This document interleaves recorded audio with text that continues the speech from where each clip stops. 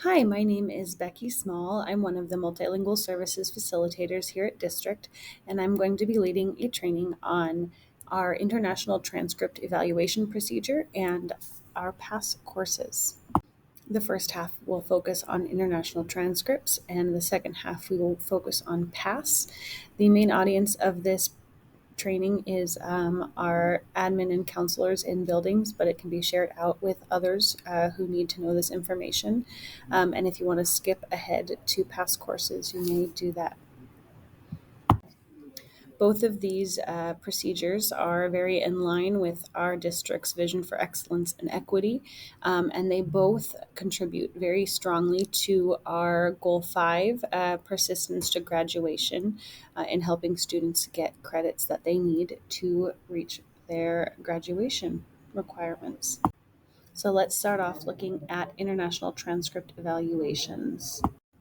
Our department has really been working on refining this international transcript evaluation process, and really increasing the focus and awareness in buildings, that we have this procedure in place and that we would love to award credits to students who have earned them internationally.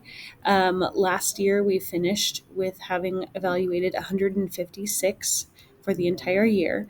And this year, here I'm presenting in the middle of October, we've already received over 80 transcripts. So we're on pace to blow our record out of the water this year. And we're really happy about awarding credits for students who have earned them.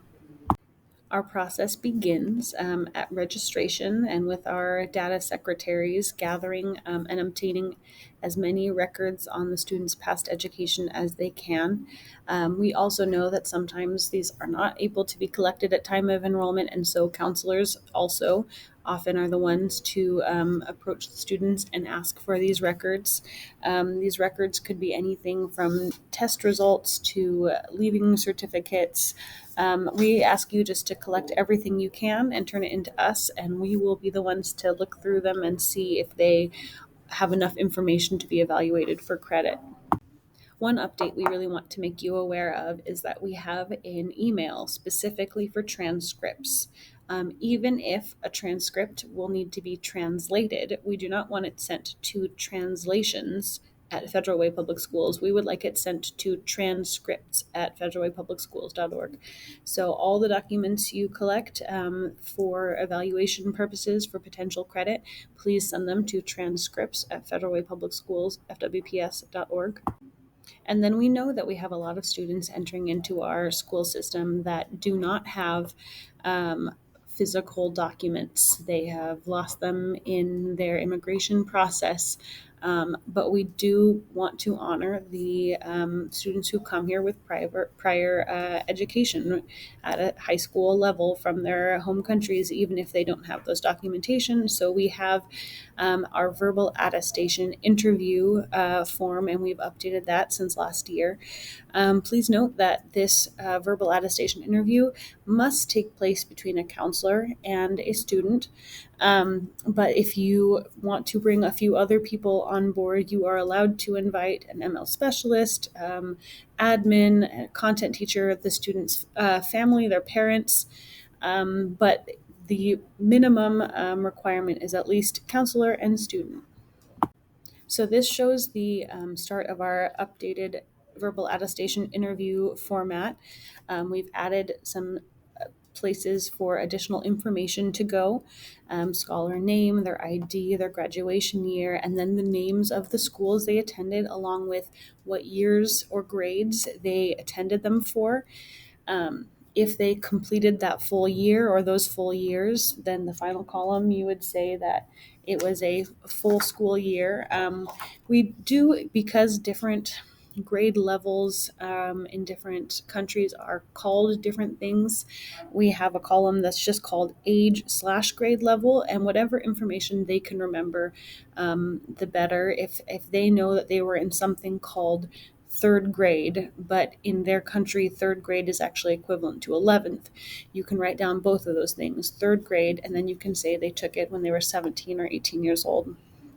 Um, And then if they don't remember the grade name, you can just write down their ages, but just then record how many full school years were completed and if there were any partial school years completed for this verbal attestation. And you can use this QR code to get a copy of just the verbal attestation interview form if you'd like. Then our interview form walks you through all the different subjects with a question on the top and a place for you to fill in the information below, again, corresponding to which age or grade they took it and how many hours a week they were in that class, and then what grade they earned. Again, whatever they can remember. If for a grade they can remember a letter, or if they can remember a number, like they say, I know I got a B, or they can say, I know I got a 71. Great, whatever they can remember, write it down. And then if they can remember they went to class every day for an hour a week, please write down 5 as in 5 hours a week. Or if it was a 2 times a week class for an hour, that's 2 hours a week. And so fill that out. Math is one of the classes that if they took algebra or geometry at a 7th or 8th grade level, so between the ages of, I believe, 12 and 14, if it was a full algebra or geometry class, they can get high school credit for that. And please be systematic as you're walking through. If they have a 11th grade math class, but you don't record anything for 9th or 10th, make sure you're asking them, okay, you say you remember taking math in 11th grade. Did you also take it in 10th? Did you also take it in 9th? Try to think of each subject, each year that they are describing. So if they went to school for 3 years, ask them about each subject for each of those 3 years. So the rest of the interview form continues to go through all the subjects, social studies, sciences, health, PE, CTE classes, fine arts, and world language courses. And so you can ask them those questions. And again, think about, did you take social science in 9th grade? Did you take a social studies in 10th grade? Did you take it in 11th grade? Think about every single grade that they say they attended school for every single subject. It's always a little odd when we get these back and there's something, they took only science in 9th grade and then they have social studies in 11th. And, try to have as comprehensive of an approach to gathering this information as possible. One important update that came this summer is around English instruction that students receive abroad. According to OSPI, English taken as a second language, English as a second language, cannot be ELA credit. In the past, we were giving ELA credit, but OSPI's guidance say that this is an error and that it must be given an elective. And so we have now created a course code for an international English elective. However, if the country has if the language of instruction has been in English for the entire academic career of a student, and they take English at a high school level, we can count that. For example, if they were in an international school that taught in English in India or in Kenya, then we can give ELA credit for those. So that's why you might see an English class fall in an ELA bucket or in an elective bucket. It depends on the schooling system and the language of instruction. One other thing we were getting a lot of questions about that we put in our updated international transcript procedure is clarifications around international diplomas. If students come with a full-on high school diploma, they finished their secondary schooling system in their home country, if we can evaluate that for a federal way diploma. And the answer is no. We can evaluate credits from any classes taken and passed, but we cannot just give degree equivalency or diploma equivalencies. If they want to get a Federal Way Public Schools diploma, then they need to earn all of the credits required for graduation in our system. And so they can again submit their classes. We'll tell you what credits they earned where, and then they can take whatever credits they have remaining, and then they will get a diploma. They do have an option of going to an outside organization to submit their diploma for diploma equivalency, but that has nothing to do with us here at District. Those are for-profit evaluation services, and so they will need to pay a fee, and even after paying that fee, they are not guaranteed equivalency. And so that is up to them if they want to pursue that route. But if they want to get their diploma through us, if they want to attend our schools, we do not just give a federal way diploma based on a diploma given internationally. So they'll need to submit their transcripts and then enroll in classes to get the credits to meet our graduation requirements. Again, in our updated procedure for international transcripts, we have the submission steps revamped a little bit for extra clarity. Again, our process typically starts with the registrar or data secretary at time of enrollment, collecting all the documents to submit them to transcripts at fwps.org. But if a counselor happens to be the one to collect them, that's fine, but send them to transcripts. They get added to a roster and they get sent for translation if necessary, and then they're submitted to our desk for evaluation. After we complete our evaluation, we have to submit it to our executive director and the chief academic officer for 2 rounds of signatures. And then it goes back to our office manager, who will scan them, upload them, and send them to the data secretary back at the buildings. And then it is the data secretary's job to forward them on to the counselors so they can follow up with students about any questions or notes that we left in our evaluation, which I'll show you examples of in a minute. Here is the top portion of our updated analysis worksheet for international transcript evaluations, and we have added a section to write down the names of the schools the students attended based on building requests, so that is there on the top. And also there was some old heading that used to say credit is given for a C or higher, which is not true. That's not what we do in Federal Way. We award credit for a D or higher, so that's been updated on the heading. We have updated the form to have a space where we are writing down the Federal Way equivalent course and course code. It's no longer up to buildings to decide what to count this international class as. So we will write down the name of the international class, the grade, and the credit earned. And then we also will write down what course, Federal Way course, and course code should be used for this class. So that should ease the process in buildings. And then along the right-hand side is a column for notes. And we do often have each transcript we do often has at least one note that needs to be referenced.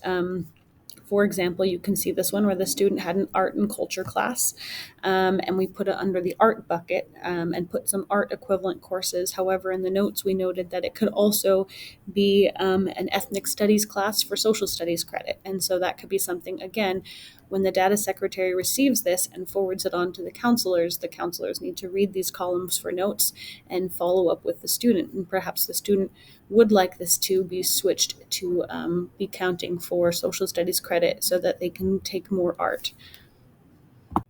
One other thing we want to make sure that you are aware of is that these course codes that we are assigning to scholars as equivalent to their international courses have some flexibility. OSPI's guidelines is to choose the closest related course that we offer in our course catalog to enter as the course that they took internationally.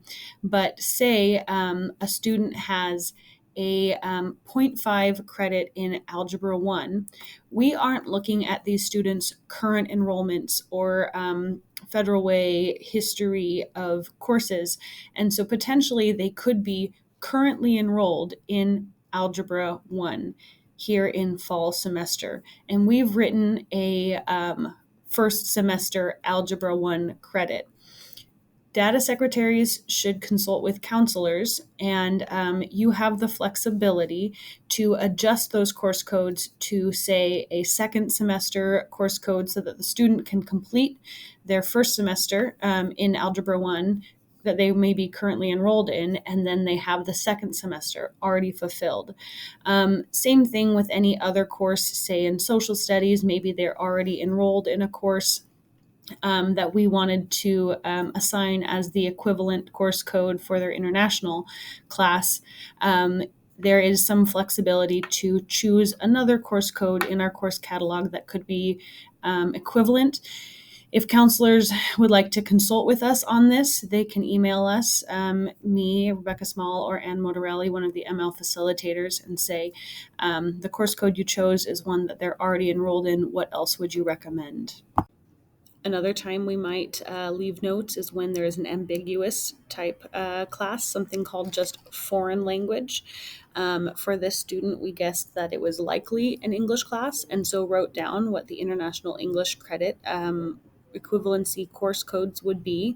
However, if the student had said, actually, my foreign language was French, then that would be moved up to world language for world language credit. A lot of our notes we do along the side. We also have repeated in the summary, but we have additional notes in the summary that would not have been along the side. And for this one, you can see that one of the summary notes says that the documents submitted were only for 10th and 11th grade.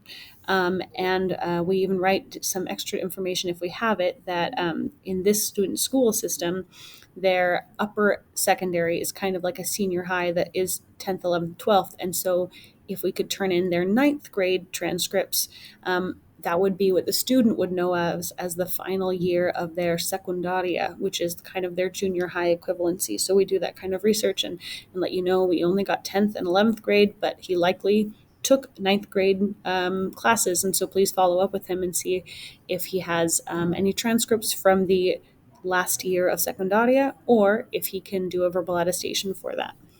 And then we always encourage students to conference about the seal of biliteracy or the world language competency test, both to get more world language credits on their transcript, but also to get that seal of biliteracy. All right, now we're going to change our focus to talking about PASS courses, which is a new type of course that we've piloted over the past year or two and are implementing more fully this year with some of our ML students who qualify. PASS courses were originally designed for migrant students. It stands for Portable Assisted Study Sequence, and it is a model of taking a class where all of the work is offline in printed booklets, so the students don't need technology or internet access. They can do it whenever and wherever they want. And so we have adopted this through ML services for some multilingual students who may benefit from this model. Again, they are only for multilingual students, and right now we're currently offering them to students who are in 11th or 12th grade and are active in multilingual services. They could be students who are newcomer. They could be students who are LTELs. They could be students with a history of limited or interrupted formal education. And we also offer these PASS courses to our Title III Native American or Alaskan Native scholars who are served under the ML Services Title III budget. There are a few important considerations that should be thought through before suggesting PASS courses for a student.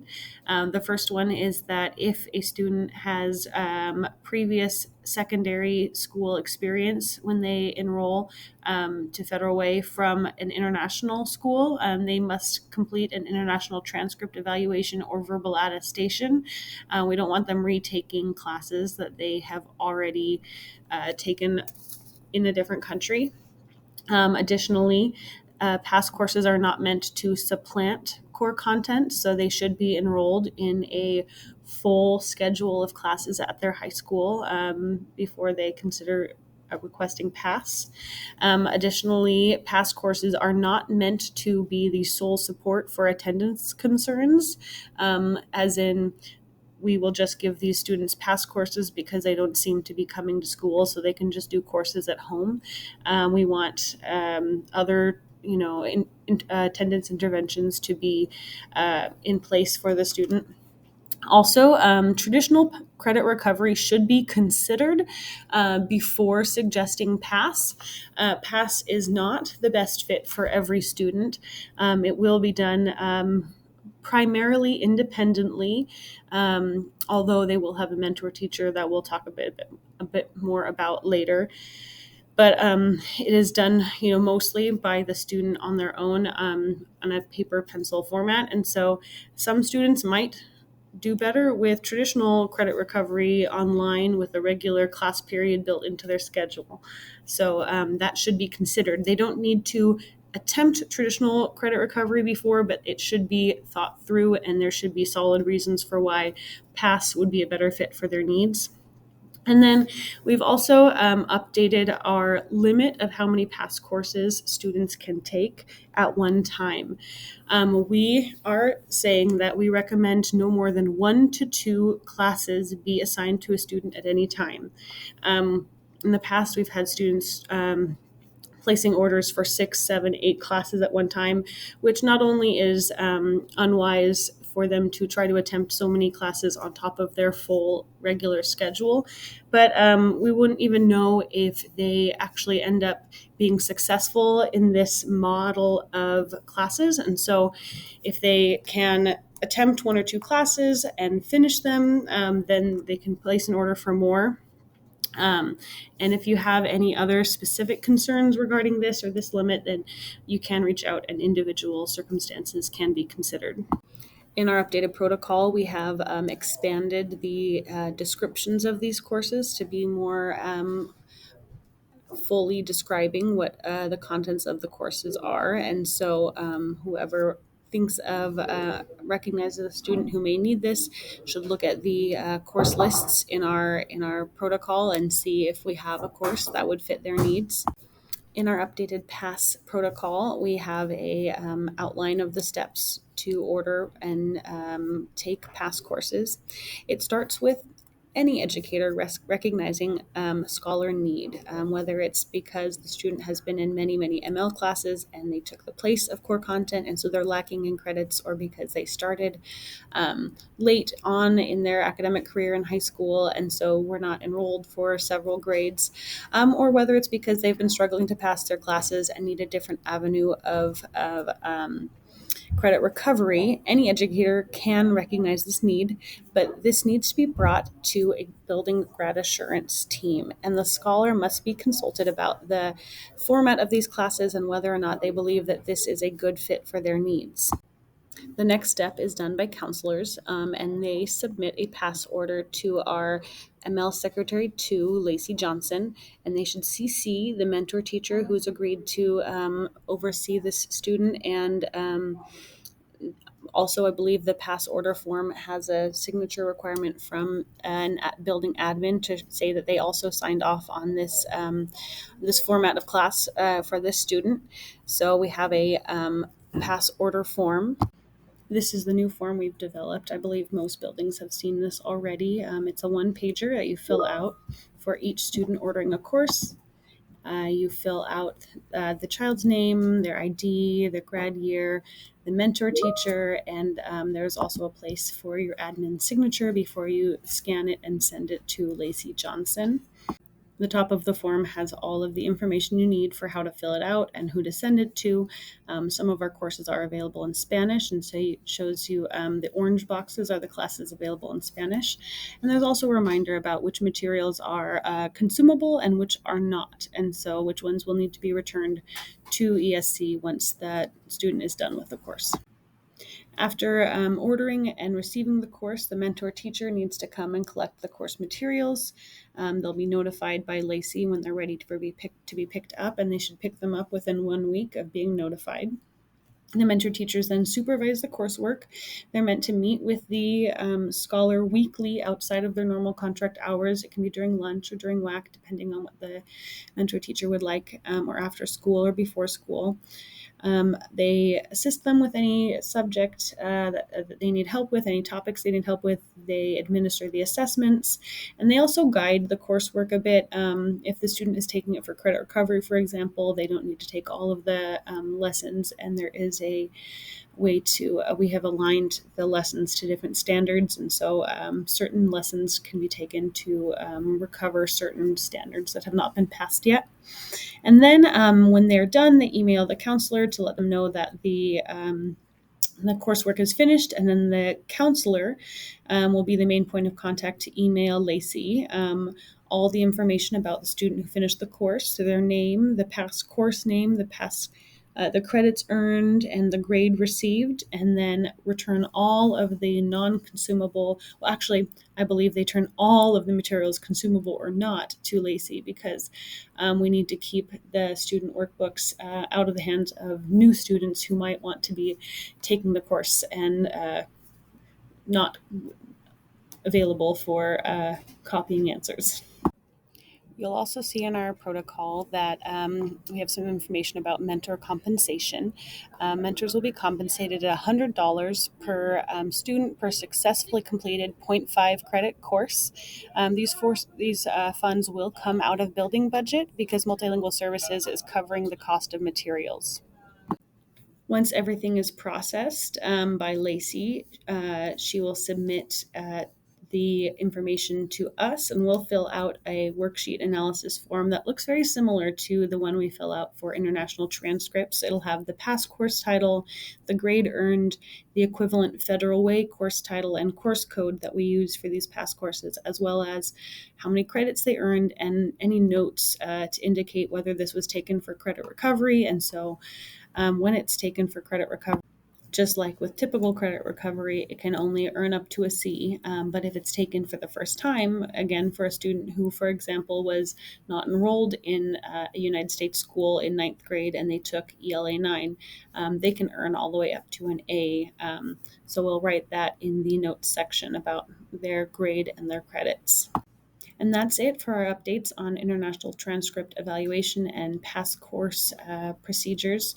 And we encourage you to reach out if you have any questions. You can reach out to myself. Again, I'm Becky Small at rsmall@fwps.org, or you can give me a call at 2226 extension, or you can reach out to my co-facilitator, Ann Motorelli, at amorel@fwps.org, or her extension 2191. Yeah, and we really appreciate you taking the time to learn about these, and we are looking forward to supporting our scholars with these programs.